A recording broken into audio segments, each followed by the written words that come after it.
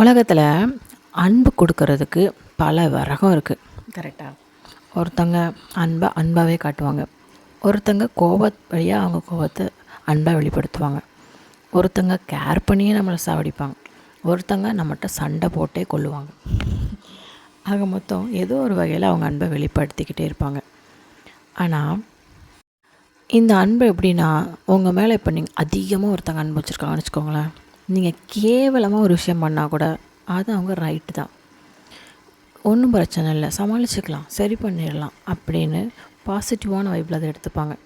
ஆனால் ஒருத்தங்களுக்கு உங்களை பிடிக்கலன்னு வச்சுக்கோங்களேன், அதாவது நல்ல அன்பை பழகிட்டுருப்பாங்க, திடீர்னு அவங்களுக்கு ஏதோ ஒரு நெகட்டிவ் அவங்கள பற்றி இருக்குது அப்படின்னா உங்களை பிடிக்காமல் போகுது.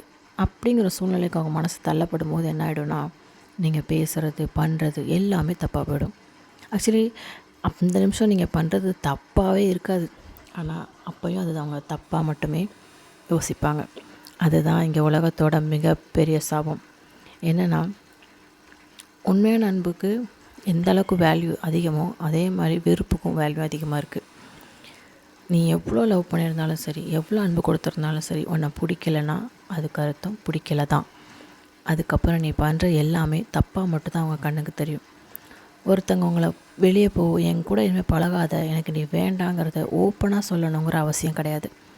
ஒருத்தங்க அவங்களோட வெறுப்பை இந்த மாதிரி தான் நீங்கள் பண்ணுற எல்லா விஷயத்தையும் பிடிக்கலைங்கிற விஷயத்தோட வெளிப்படுத்துவாங்க. ஒரு ஸ்டேஜ்க்கு அப்புறம் நீங்களே புரிஞ்சுக்கணும், ஆக்சுவலி இந்த விஷயம்லாம் பண்ணால் நீங்கள் மனசு கஷ்டப்படுவீங்கன்னு தெரிஞ்சு தானே அவங்க பண்ணுறாங்க. அவங்களுக்கு கண்டிப்பாக தெரியும் இத்தனை நாள் பழகினதில் உங்களுக்கு இது பிடிக்காதுன்னு. ஸோ ஒரு விஷயம் தெரிஞ்சே உங்கள் மனசு கஷ்டப்படும் அப்படின்னு தெரிஞ்சே அந்த விஷயத்தை பண்ணி உங்களை கஷ்டப்படுத்துகிறாங்க அப்படின்னா அதுக்கு ஒரே ஒரு ரீசன் தான், இதுக்கப்புறம் நீங்கள் அவங்களுக்கு வேண்டாம்.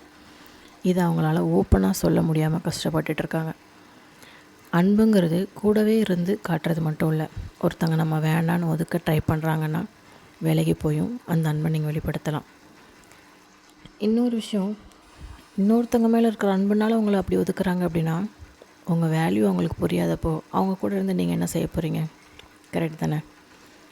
உங்கள் வேல்யூ புரிஞ்ச மனுஷங்க கூட இருக்கிறதுனால மட்டும்தான் உங்கள் வேல்யூ ரொம்ப அதிகமாகுமே தவிர, புரியாத மனுஷங்க கூட இருந்து நீங்கள் அதை வைக்கலாம் அப்படின்னு முயற்சி பண்ணிங்கன்னு வச்சுக்கோங்களேன், அந்த இடத்துல நீங்கள் முட்டாளாக மட்டும்தான் வாழ முடியும். அவங்க அந்த இடத்துல உங்கள் அன்புக்கு எந்த வேல்யூவும் இருக்காது, நீங்கள் மனுஷனாக கூட நடத்தப்பட மாட்டீங்க. தயவு செஞ்சு புரிஞ்சுக்கோங்க.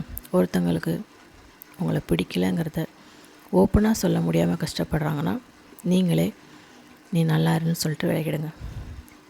அது உங்கள் லைஃப்பை இன்னும் சைன் பண்ணும். இதை விட நல்ல ஒரு மனுஷன் உங்கள் லைஃப்குள்ளே வர வாய்ப்பு இருக்குது.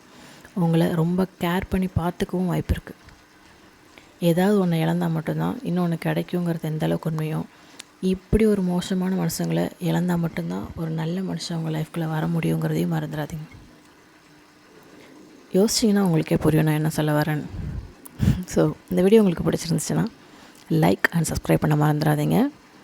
அண்ட் யோசிங்க, உங்களை இப்படி யாராவது பண்ணுறாங்கன்னா தயவு செஞ்சு அவங்கள விட்டு விலகிடுங்க. அது மட்டும்தான் உங்களுக்கு நிம்மதியை கொடுக்கும். கூடவே இருந்து நிரூபிக்க ட்ரை பண்ணிங்கன்னா கஷ்டத்தை தவிர வேறு எதுவுமே உங்களுக்கு கிடைக்காது. தேங்க்யூ.